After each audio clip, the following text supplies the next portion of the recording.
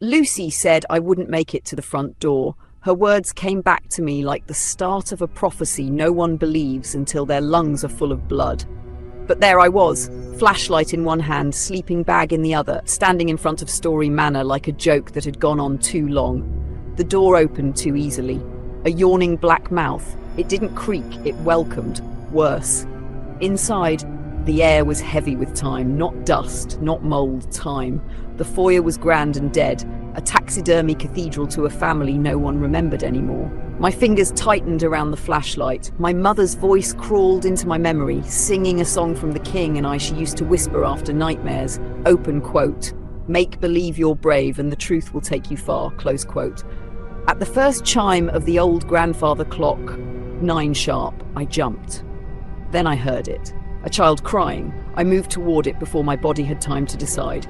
Up the stairs, down a hallway lit only by the bones of moonlight and firelight. Second door on the left. She stood in front of the fireplace, her sobs so delicate they made me feel ashamed to hear them. The girl was exquisite, not real, not right, like a porcelain doll sculpted by someone who never knew a child but had dreamed of one. She turned. Midnight eyes. Lily-pale skin. A mouth like a rose that had just begun to rot. I'm sad, she whispered. You shouldn't be here. You're going to die. I don't remember walking to her. I only remember feeling her small hands take mine gently as if I were the one crying. You have to go before the little hand is on the 10 and the big hand is on the 12, she sniffled. If you stay past 10, he won't let you go. Who, sweetheart? Papa, she said.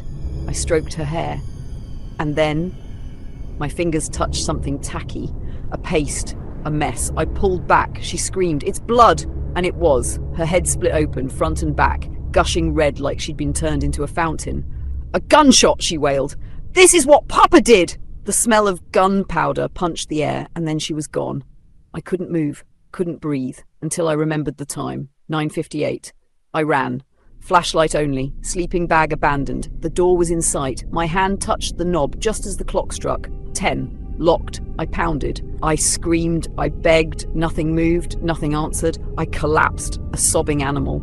That's when I heard the thud. Something was dragging itself down the stairs. Something broken. She was older, maybe a year older than me. But her body was a map of pain. Her limbs bruised, gashed, scraped. Her neck twisted so far to the side it looked intentional. She was once beautiful. That made it worse. "I'm Margaret," she said calmly. Her voice was bone-chillingly polite. "And you met my sister, Violet?" I stared. "Papa killed her, shot her in the head, then he came after me. I tried to run, fell down the stairs, lay dying. Hours." She shrugged slightly, her neck twitching. "I am your second visitor." "Second?" I managed. "Tonight is the anniversary. Every year we wake, relive it, and now so will you." I begged. She simply backed up the stairs like pulled on a string. The house was a cage. Time was closing in like hands around a throat. So I returned to Violet's room and I waited.